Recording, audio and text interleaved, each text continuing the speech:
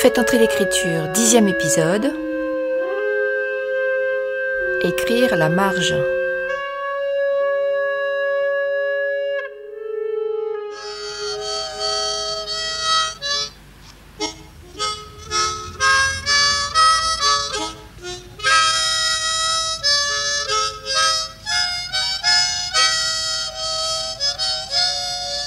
Bonjour à toutes, bonjour à tous. L'harmonica que vous entendez, là derrière, c'est Daniel Dark qui en joue, dans le film de Marc Dufaux, Le Garçon Sauvage.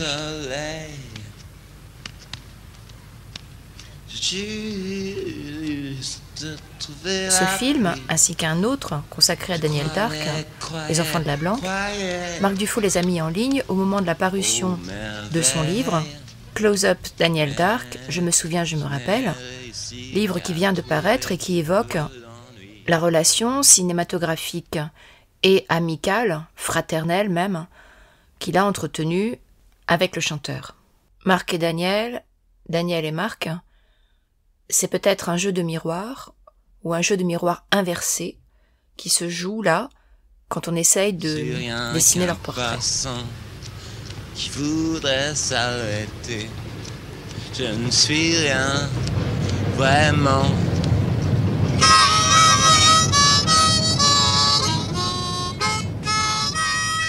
Pendant une vingtaine d'années, l'un a filmé l'autre, et les films sont restés relativement inaccessibles. Puis l'un a disparu en 2013, et l'autre a poursuivi son travail de recherche cinématographique, ce qui a donné Pieces of My Life, co-réalisé avec Thierry Villeneuve, sorti en 2019. Et donc je suis allée interroger Marc. Il a été question de cinéma et de musique, bien sûr, mais aussi pas mal de villes, de Paris en particulier, de marches dans les rues, de marges, qu'elles soient revendiquées comme telles, comme un mode de vie, qu'elles soient l'objet d'un intérêt artistique, ou qu'elle soit subie et qu'elle isole par moments. Avant de commencer, si jamais vous ne connaissez pas Daniel Dark, eh bien sachez que c'était au départ le chanteur d'un groupe, Taxi Girl, qui dans les années 80 a eu un énorme succès, en particulier avec un tube, Cherchez le garçon. Une bande magnétique, un soupir lui échappe sur un écran géant. Voilà. Vous l'avez en tête, je crois. Donc Daniel Dark a connu la célébrité très jeune, dès 18 ans. Il a fait ensuite plusieurs albums, il s'est séparé de Taxi Girl, il est devenu chanteur solo. Ça a été assez chaotique, jusqu'à la sortie, en 2004, de l'album Crève-Cœur, qu'il a conçu avec Frédéric Lowe qu'on va entendre chanter dans cet épisode. Crève-Cœur qui lui a permis à nouveau de se retrouver au devant de la scène.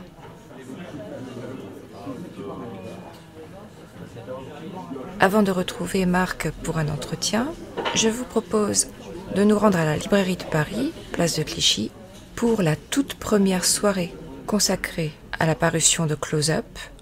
Nous sommes le 9 novembre 2023. Bonsoir tout le monde. Et les artistes sont en retard. Ils arrivent, voilà. Donc en effet, ce soir, Marc Dufaux et Frédéric Lowe sont là pour présenter le livre Close Up Daniel Dark. Je me souviens, je me rappelle, sorti aux éditions du Boulon.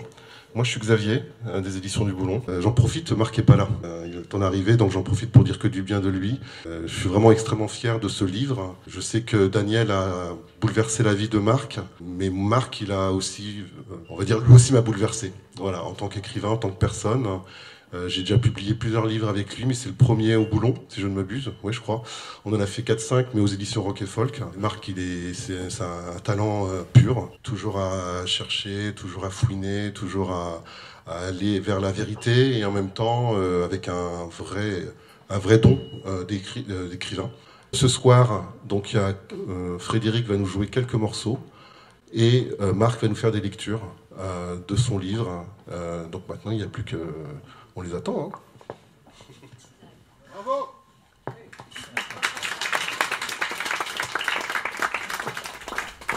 Bon, voilà. Au détour, on apprend ce qu'un éditeur dit de son auteur quand celui-ci n'est pas encore arrivé. Ils arrivent, première question. La question que je voulais te poser, c'était est-ce que la rencontre avec Daniel, est-ce que la motivation première, c'était une motivation, on va dire, d'expérience cinématographique? Bonsoir, merci d'être là, vraiment. Je suis super touché, il y a beaucoup de monde. Bon, bah écoute. Faut que je réponde, hein. Non, mais la réponse est dans le livre en même temps, mais. C'était une motivation qui avait à voir avec ce que moi j'avais envie de vivre, quoi. Voilà. Donc ça passait par le cinéma à l'époque parce que je faisais pas de musique. Et donc c'était lié. Mais voilà, ça me semblait important de faire un film dans une époque où c'était voilà, faire des films, c'était pas si simple qu'aujourd'hui, quoi. Enfin, c'est pas simple aujourd'hui, je pense, pour d'autres raisons, mais c'était une autre approche. Et j'avais envie, voilà, d'être en phase avec le cinéma que j'aimais, qui était le cinéma underground, et puis ce qui me semblait coller avec artistiquement, quoi.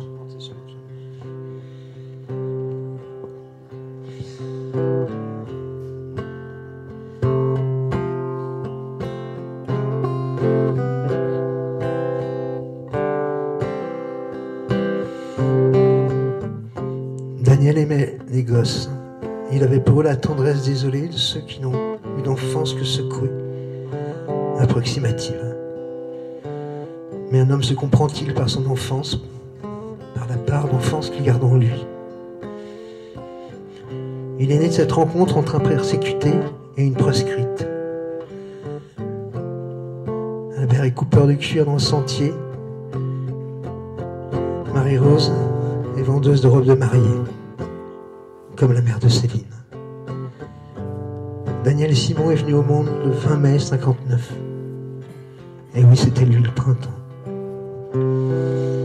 Mais plus qu'à son enfance, il restera attaché à ses origines. Fils de prolo, petit-fils de déporté, comme il aimait dire. La mienne d'enfance a commencé à Paris, rue des Couronnes, et s'est terminée quelque part en province. Un méchant coup du sort aux allures d'atterrissage en catastrophe. Et le jet lag a été violent. Voilà, là je crois qu'on commence à entrer un peu dans leur univers commun, à Marc et à Daniel.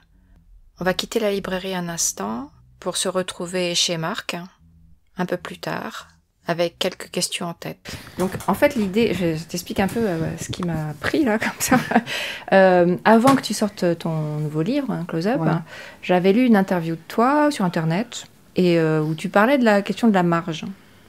Et du fait qu'aujourd'hui, ça n'avait plus la même résonance pour toi et que la marge, aujourd'hui, c'était pas forcément quelque chose qui était encore souhaitable. Ouais. Alors, ça a l'air cliché comme ça, mais moi, je trouve ça vraiment intéressant qu'on en discute parce que je pense que ce que tu as fait sur Daniel Dark, c'est vraiment parler de la marge, de ce que c'est que la marge, de ce que c'était quand on avait 25 ans, ouais. De ce que c'est aujourd'hui, et de ce que c'est d'un point de vue de la vie, mais d'un point de vue artistique, tu vois. Qu'est-ce que concrètement c'est ?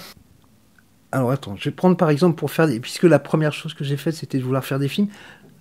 De toute façon, très vite, moi, c'était l'envie que j'avais, c'était de le faire en dehors de tout ce qui se faisait, quoi. Parce que je trouvais que ça collait à Daniel.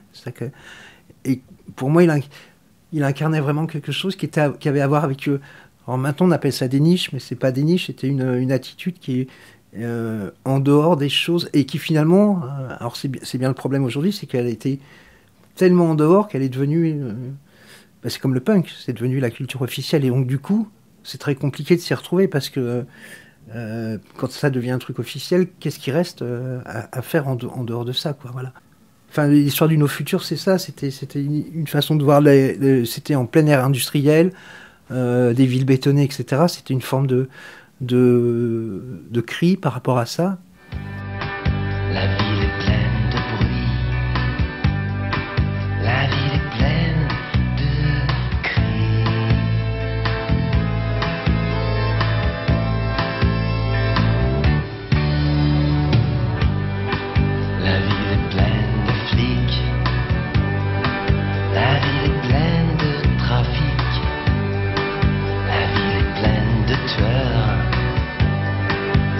ville est pleine de voleurs. De toute façon, dans le fait de marcher dans une rue, etc., il y avait forcément l'idée d'un film, quoi. Enfin, je sais pas, il y a toujours C'est ça. eu ça, quoi. Enfin, moi, je sais pas, même moi, c'est pareil.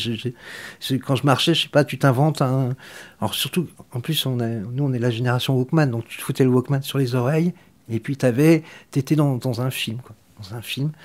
Enfin, moi, je mettais pas trop de Walkman parce que j'aimais bien les sons de la rue, quoi. Ça venait... Mais voilà, avec...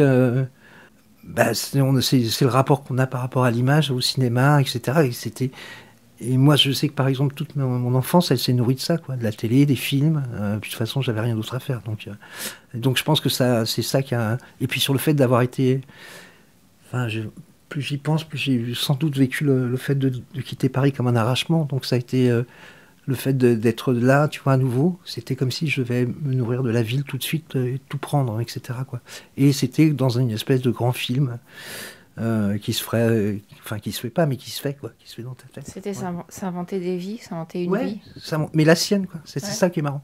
Et en plus, il se passe rien. Donc, moi, il y avait plein de fois où j'écrivais tous les films que j'ai eu envie de faire. J'en ai pas fait, mais c'était l'idée c'était des road movies ou des histoires des lieux de Paris. Enfin, tu vois. Est-ce que c'était forcément lié à la création artistique? Non, c'était.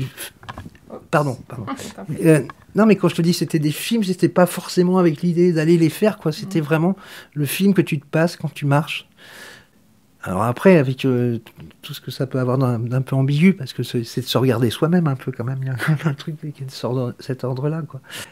Et d'ailleurs, tu vois, quand c'est un truc qui m'a vraiment... Alors, je sais pas si c'est la ville qui a changé ou si c'est moi, mais c'est un truc que j'ai de moins en moins, quoi. J'ai du mal à... après, mais je veux dire, au sens où il y avait plein d'endroits...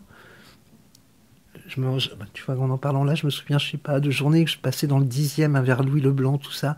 Je découvrais des lieux, je les trouvais tout le temps télégéniques, photogéniques, etc. Là, j'ai un peu de mal à trouver quelque chose de beau dans ce que je vois. Alors, je ne sais pas si c'est lié à l'ambiance, si c'est lié aux gens, si je suis un peu consterné quand il est 9h30 du soir et que le Faubourg Saint-Antoine est vide, quoi. Tu te dis, mais qu'est-ce qu'il... Enfin, voilà. La ville je pense qu'on est dans un moment de creux pour le côté urbain des choses, quoi. D'ailleurs, plein de gens se sont cassés, quoi. Donc, mais il y avait... Le film était lié au côté urbain, au côté de la ville aussi, ouais. Mais qu'est-ce que ça peut faire? Il n'y a que la ville pour me plaire. Oh, qu'est-ce que ça peut faire? Juste la ville. La ville est pleine de putes. La ville est pleine de disputes. C'est pour ça que la chanson La Ville m'avait vachement... ça a été une espèce de déclic, quoi. Il y a eu le concert enfin, pour faire les films, hein, je parle. Mais vraiment, pour faire le film, le clip de La Ville, voilà. Sauf que je voulais pas faire le clip parce que c'était vraiment un clip, quoi. Avec, pour le coup, il y avait de la pause partout, enfin, voilà, quoi. Mais il y avait l'idée de refaire des plans comme ça dans des travelling sur le pont de la rue Lafayette, là, c'était vraiment un truc qui me... J'avais deux choses que je voulais absolument faire, c'était ça et les métros qui passaient au-dessus, quoi, voilà. Et je sais pas pourquoi, mais ça devenait même pas des séquences, ça devenait comme un film en soi, quoi, tu vois. Dans ce truc-là, il y avait cette envie de faire des choses, j'avais pas les clés, pas les codes, donc comment on fait, tu vois. Alors après, je marche. C'était aussi une façon de chercher dans la journée, dans les lieux, mais j'ai fait des trucs... De chercher quoi? Attends, vas-y, continue. De chercher, je sais pas, peut-être quelque chose qui va arriver, tu vois, chercher un truc, ça va arriver, mais ça arrive... J'ai compris que ça arriverait. Ça doit arriver pour certaines, mais moi, ça n'a pas marché, quoi. Mais dans l'autre bouquin, là, tu sais, en pièces détachées, j'ai raconté aussi... voilà, à un moment donné, moi, j'ai commencé à faire des conneries dans les rues, quoi. Piquer des trucs, enfin, tu vois. Il y avait un drôle de truc. Enfin, je crois que j'ai à peu près tout fait. J'ai vendu dans les rues, j'ai fait un peu... Mais ça a changé, tu vois. C'est marrant, je suis en train d'y repenser. À partir du moment où j'ai dû attendre dans les rues quand il y a eu la dope, etc. Où là, du coup, j'ai traversé Paris des milliards de fois, mais c'était plus la même chose, quoi. C'était plus drôle, c'était même... tu vois, à chaque fois que j'y repense, je vois le jour de pluie, je me rappellerai toujours, un jour de pluie à rue du Renard, où j'attends le mec, je suis malade, et je me dis, putain, et je vois des gens partir en week-end. Voilà. Je me dis, mais qu'est-ce que je fais ici, quoi. Voilà. Et c'est marrant, ça fait comme une rupture à ça. Mais alors, j'y pense là à l'instant, hein, tu vois. Je ne pensais pas du tout à ça à ce changement. Tu vois, je te dis qu'aujourd'hui c'est plus pareil, mais je me disais, mais quand est-ce que ça m'a un peu lâché? Et ben, ça doit être autour de cette période-là, ouais. Serait-ce le vent? Serait-ce la pluie? Serait-ce simplement l'ennui? Toi tu m'attends, moi je m'enfuis. Tu pleureras toute la nuit. Frédéric Lo. Mon amour, la nuit ne dure pas.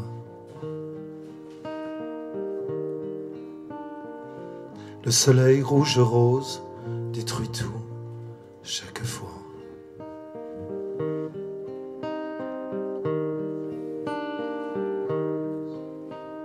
Combien de roses à peine écloses m'as-tu offertes, souviens-toi. Elles sont fanées comme ces années vécues entre toi et moi. Mon amour, la nuit ne dure pas. Le soleil rouge-rose détruit tout chaque fois.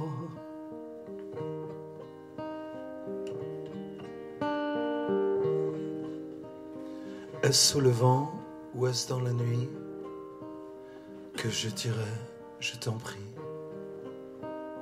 je t'aimais tant, oui mais pourtant je crois que c'est bien fini. Mon amour, la nuit ne dure pas. Le soleil rouge-rose détruit tout chaque fois.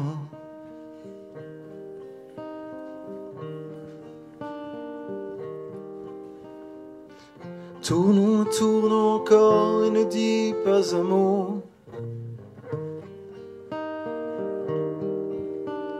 Tournons et tournons encore avant qu'il ne soit trop tard ou trop tôt.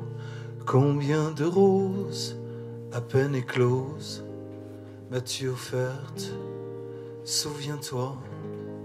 Viens tournons sans amour. Viens tournons, il fait noir. Mon amour, la nuit ne dure pas. Le soleil rouge-rose détruit tout chaque fois. Il se fout de toi et moi. Rouge sang, rose ta peau, c'est fini.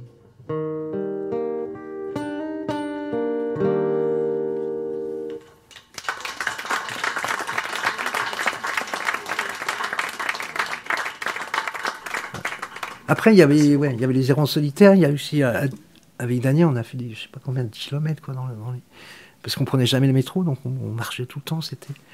Et c'est aussi, alors quand tu le fais à deux, c'est aussi tout un truc parce d'échange, quoi. Voilà, il y avait aussi ce truc-là, quoi. Mais l'errance solitaire, c'est autre chose. Et alors, on sent peut-être un peu de désenchantement par rapport à la ville d'aujourd'hui. On sentait tout à l'heure. Mais dans cette interview que je lisais, tu parlais de la marge aujourd'hui.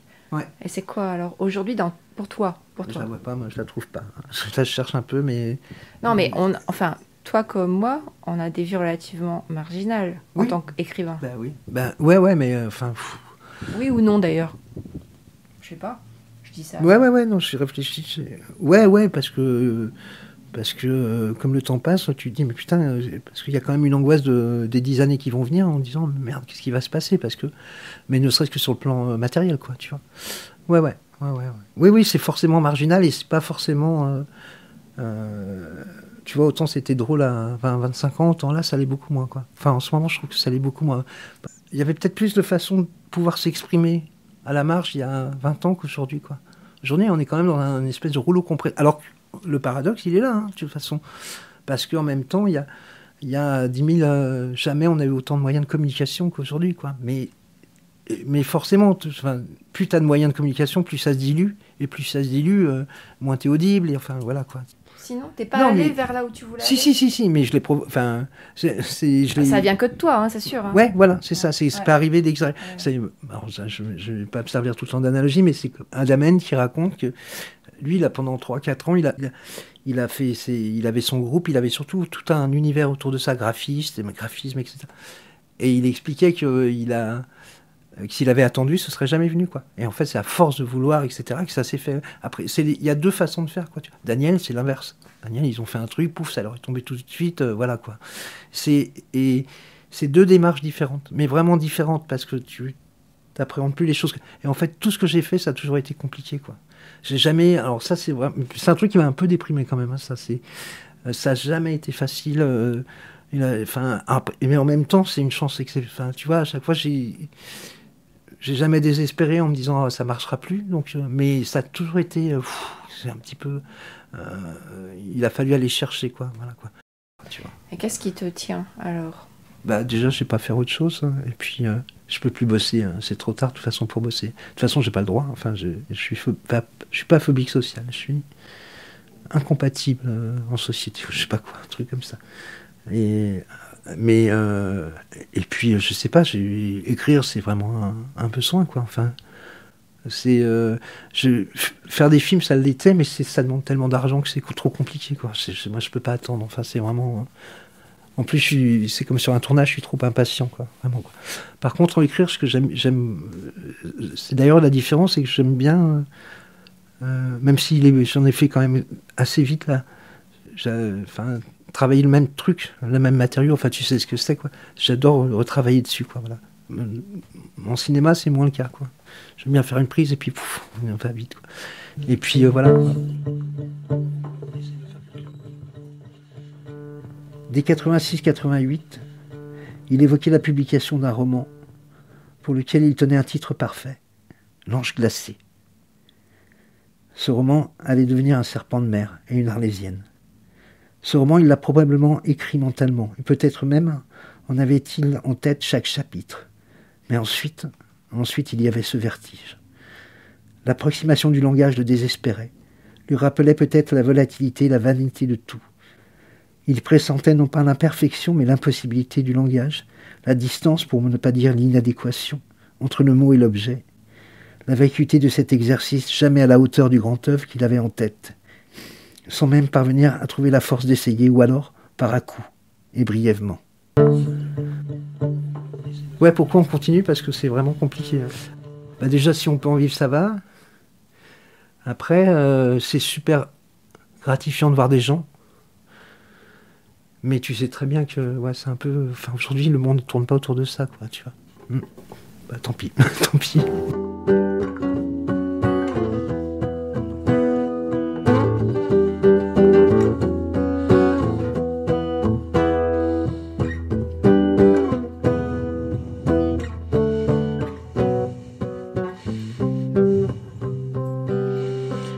Le temps passe.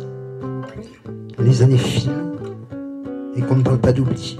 Parce que le temps n'adoucit rien, il ne guérit rien. Il entérine l'absence et encore. Une photo noir et blanc. De jeunes mecs souriant à la terrasse des deux cafés. Face à l'objectif. Une époque évanouie. Le temps qui fout le camp. Fixé là en trompe-l'œil argentique. Sur papier glacial. Et puis numérisé, signe des temps. On est jeune, mais déjà plus très fier. J'ai pas 30 ans, Daniel à l'âge du Christ. La photo date de... Elle date. À l'arrière-plan, il y a cette jolie passante pressée, passagère des années 90. Je me demande ce qu'elle est devenue.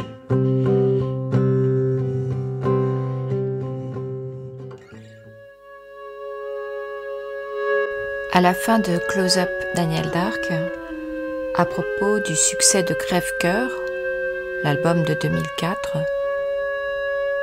Marc écrit « J'ai toujours éprouvé un sentiment de justice, d'une erreur réparée. Il s'y mêlait la fierté d'avoir toujours défendu ce que Fred avait permis de démontrer, au-delà de l'album, à savoir l'importance de Daniel dans le paysage musical français.